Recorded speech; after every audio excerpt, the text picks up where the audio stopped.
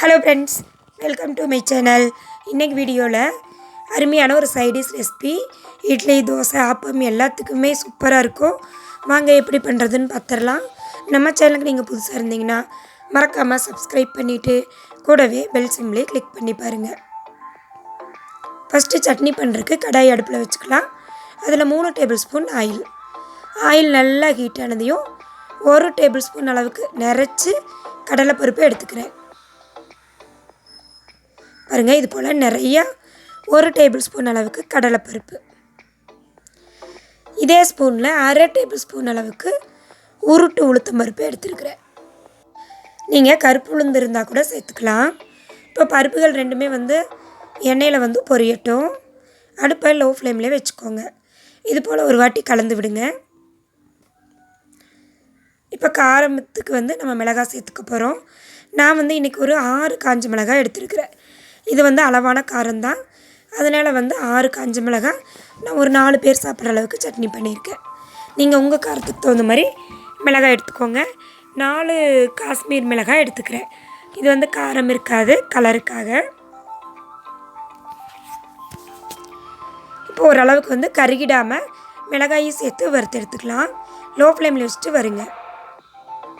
பாருங்கள், நம்ம சேர்த்துன மிளகா ஆயிலில் நல்லா பொரிஞ்சிருச்சு.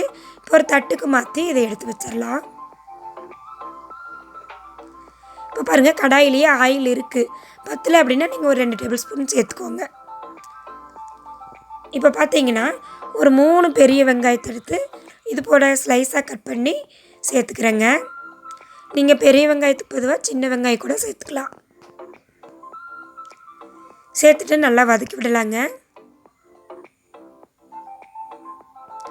ஆயிலில் ஓரளவுக்கு ஃப்ரை ஆகட்டும். இது கூட பார்த்திங்கன்னா பூண்டு பல் சேர்த்துக்க போகிறோம். ஒரு 5 பூண்டு பல். அது கூடயே ஒரு 3 பீஸ் அளவுக்கு இஞ்சி சிறுசாக கட் பண்ணி சேர்த்துருக்குறேங்க.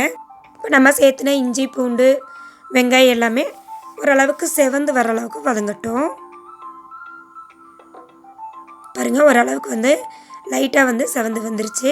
இப்போ இது கூட பார்த்திங்கன்னா தக்காளி ஆட் பண்ணிக்க போகிறோம். ஒரு 4 தக்காளி, நல்ல ஒரு மீடியம் சைஸ் தக்காளி எடுத்து நல்லா வாஷ் பண்ணிவிட்டு சென்டர் பகுதி எடுத்துகிட்டு இது போல் கட் பண்ணியிருக்கிறேன். அதையும் இது கூட சேர்த்துக்கலாம். இப்போ இந்த தக்காளி பார்த்திங்கன்னா குலைவாக வதங்க வேண்டியதில்லை. ஒரு அளவுக்கு மசிச்சு வர்ற அளவுக்கு வதங்கினா போதும். நல்லா ஒரு வாட்டி கலந்து விட்டுருங்க. இப்போது இதுக்கு தேவையான அளவு உப்பு, அதாவது சட்னிக்கு மொத்தமாக தேவையான அளவு உப்பு நான் எடுத்துக்கிறேன். ஒரு 3/4 டீஸ்பூன் அளவுக்கு தூள் உப்பு.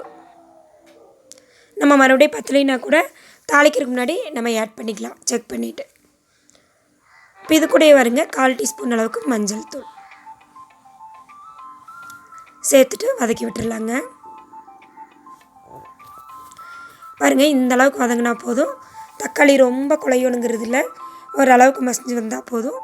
இது கூட பார்த்திங்கன்னா சின்ன நெல்லிக்காய் சைஸ் அளவுக்கு புளி, அதையும் எடுத்துகிட்டு இது போல் பிச்சு சேர்த்துக்கலாம்.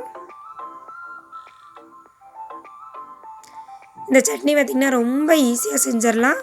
இட்லி, தோசை, ஆப்பத்துக்கெல்லாம் டேஸ்ட் வேறு லெவலாக இருக்கும். இது கூட பார்த்திங்கன்னா கொஞ்சமாக கருவேப்பிலை, கொஞ்சமாக மல்லி இலைகள். ரொம்ப சேர்த்த வேண்டியதில் கொஞ்சமாக சேர்த்துனிங்கன்னா போதும். மல்லி இலை, கருவேப்பிலை ரெண்டுமே பார்த்திங்கன்னா சுருளை வதங்கணுங்கிறது இல்லை, ஓரளவுக்கு ஒரு ஓட்டு ஓட்டினிங்கன்னா போதும்.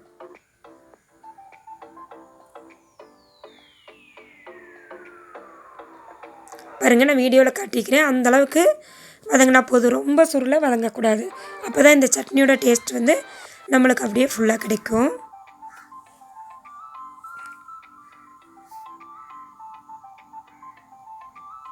இப்போ இந்த ஸ்டேஜில் நம்ம ஸ்டவ் ஆஃப் பண்ணிடலாம். நல்லா ஆறட்டும். இப்போ இது கூட நம்ம ஏற்கனவே வறுத்து வச்சுருந்த மிளகாய், கடலைப்பருப்பு, உளுத்தம்பருப்புலாம் சேர்த்துக்கலாம். இது நல்லா கம்ப்ளீட்டாக ஆறணும். ஆறின பிறகு மிக்ஸி ஜாருக்கு நம்ம மாற்றிடலாங்க. மாற்றிட்டு தண்ணி சேர்க்க வேண்டாம். தக்காளியில் இருக்கிற தண்ணியே சரியாக இருக்கும். நல்லா ஃபைன் கிரைண்டாக அரைச்சிட்டு வந்துடுங்க. அரைச்சிட்டு ஒரு பவுலுக்கு மாற்றிக்கலாம். இப்போ இதுக்கு தாளிப்புன்னு பார்த்திங்கன்னா ஆயில், கடுகு, உளுத்தம்பருப்பு, கடலப்பருப்பு, காஞ்ச மிளகாய், கருவேப்பிலை நல்லா வந்து தாளிச்சிட்டு சட்னியில் ஆட் பண்ணிடுங்க. அவ்வளோதாங்க, சூப்பரான தக்காளி சட்னி வந்து ரெடி ஆயிடுச்சு. ட்ரை பண்ணி பாருங்கள். இந்த வீடியோ பிடிச்சிருந்தா சேனலை மறக்காமல் சப்ஸ்கிரைப் பண்ணிடுங்க.